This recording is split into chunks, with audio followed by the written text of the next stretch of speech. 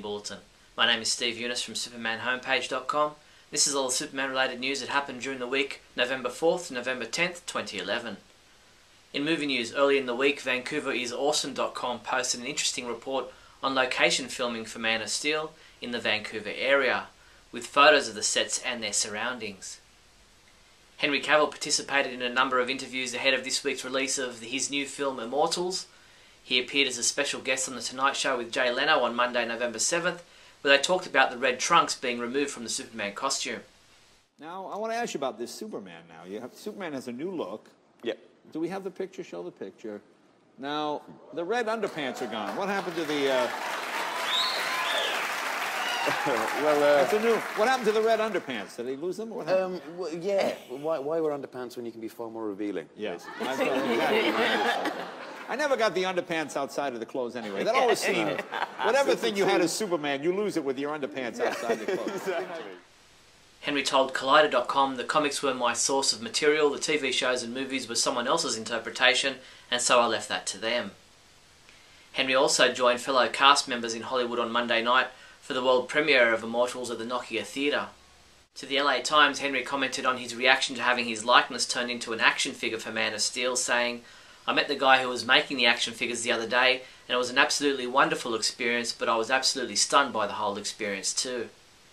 Wasting no time, Henry is now back in Vancouver to continue working on Man of Steel.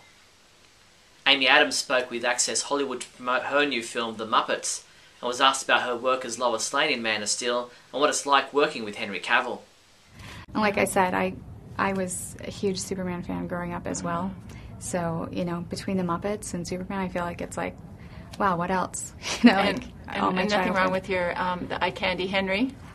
He's more than just that, but it is a little distracting at first, I think. I think when people first see him, it's like, wow, you actually really, really good looking. But he's also, I gotta say, he's just such a hard worker, and I have so much respect for how hard he's worked in this role. She also told IGN.com that while she has a lot of respect for the women who have played Lois Lane before her, she'll be wiping the slate clean and coming at it from her own angle. In TV news, Superman homepage reviewer Robbo Krahua kicks off his new series of episode reviews of Lois and Clark, The New Adventures of Superman, for those nostalgic for the 1990s. Check out his review of the pilot episode in which Lois and Clark investigate possible sabotage of a space shuttle. Superman homepage writer Isaac Frisby has updated our Young Justice animated series episode guide with a summary of the most recent Season 1 episode, Failsafe. Isaac has also written his review of this episode, giving it a 3 out of 5, saying, "Fun episode, but nothing happened overall other than we figured out Miss Martian can crush everyone on a whim if she pleases." Cartoon Network and DC Entertainment have released the episode description for Disordered, this week's new episode of the Young Justice animated series. In this episode, Connor Kent's pet Sphere has undergone a startling transformation, bringing it to the attention of the Forever people of New Genesis. Turns out Sphere originally belonged to them, and they want it back. Disordered airs on Friday, November 11th at 6:30 PM on Cartoon Network. Look for our episode summary and review early next week. In comic book news, the Associated Press reported that DC Comics overtook Marvel in comic book sales for the first time since 2002, with figures for October showing the publisher's relaunch of the DC Universe New 52 books giving them 51% of the market share compared to Marvel's 30.3%. DC Comics announced that Steel will be making his debut in the relaunched DC Universe in Action Comics number 4. The backup story ties into the main story by depicting a critical fight between Steel and the brand new Metallo. Action Comics number 4 will go on sale December 7th. There was just the one comic book for us to review this week, and that was Action Comics number 3, which Michael Bailey reviewed, saying, "Outside of a complete lack of any scene transitions, I found a lot to like about this issue," and he gave it a 3 out of 5 score. Superman comics available this week from November 9 include Superboy number 3, DC Universe Online Legends Volume 1 trade paperback, and Superman Last Stand of New Krypton Volume 1 trade paperback. In other news, author Les Daniels passed away this week, aged 68. Daniels will be best remembered by Superman fans for his book Superman the Complete History, published in 1998.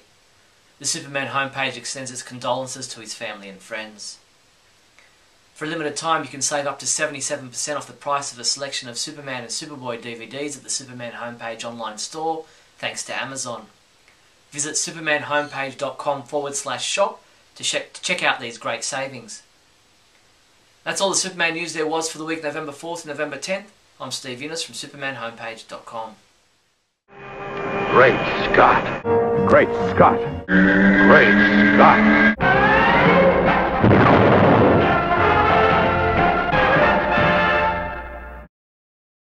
Hello everyone, and welcome again to Great Scott. I'm Scotty V. It's good to see you. Today I wanted to talk a little bit about online MMOs, and in particular, the ones that go F2P, meaning free to play. And this applies to Superman in that I am talking about DC Universe Online. Now, many of you already know that I was an early proponent and an early customer, very excited about DCUO. I went to the Comic-Con in 2008 or 9, or I guess it had to have been 9 or something, where I played an early version, a Doomsday scenario in DCUO, and it got me even more excited. I was excited before that. I love the idea of making your own character, of running around with superpowers, and of interacting with the entire DC universe. I did not have a problem with paying $59.99 to buy the game. I knew what it was going to be. And I also knew that online MMOs usually charge a monthly fee. The reason for this is that they have many developers, they have people who fix bugs, they have people that help you out of situations if you get stuck in a wall, if part of the scenery is trapping you, if you can't find your way out of something, if something seems to be an issue, they'll send someone in. These people all need to be paid. They also have monthly updates. They also have quarterly updates. They also have big in-game events that happen, and they need to pay someone in order to keep these things going. And those someones can add up to the 20s, 30s, hundreds. So these people keep needing to get paid. Now, a few years ago, I bought a game called Dungeons & Dragons Online. I was very excited about that one because I thought that my friends and I would go on and play some of the characters we had embodied when we were younger, when we played the paper and dice game. So yes, I continue to show my nerdism. But when I bought the game, not long after it went free to play, everyone and their mother could go on and download what I had paid money for, and that kind of annoyed me.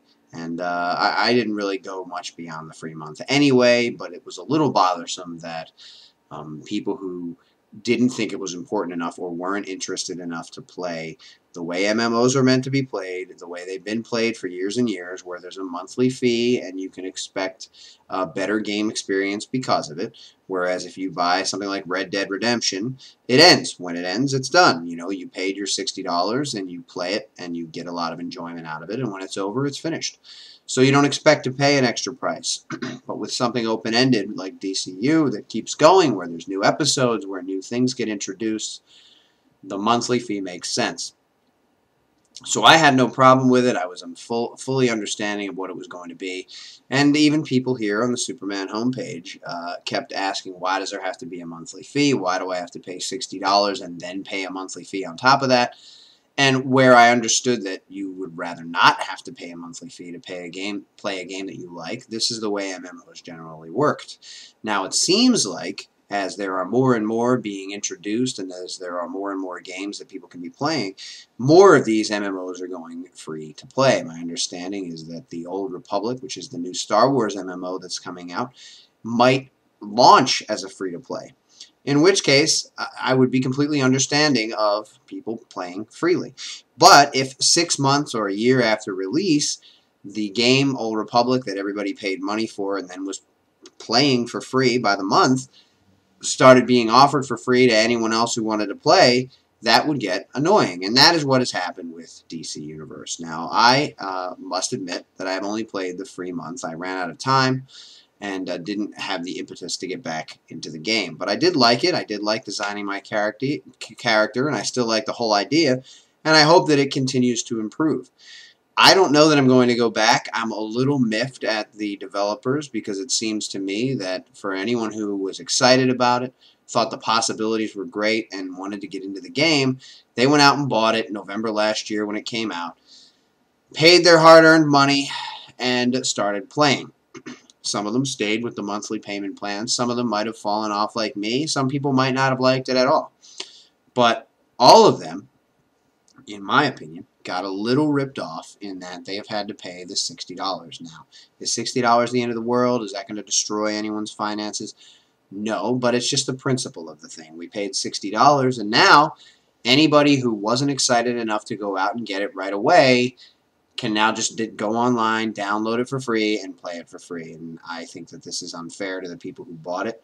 And I also think that it slights them in a way. It's telling them, well, we don't really care that much about the fact that you were excited about a project we were working on, because now we're going to give it for free to everybody else. And you don't get anything additional for paying your $60. This has happened to me with DDO.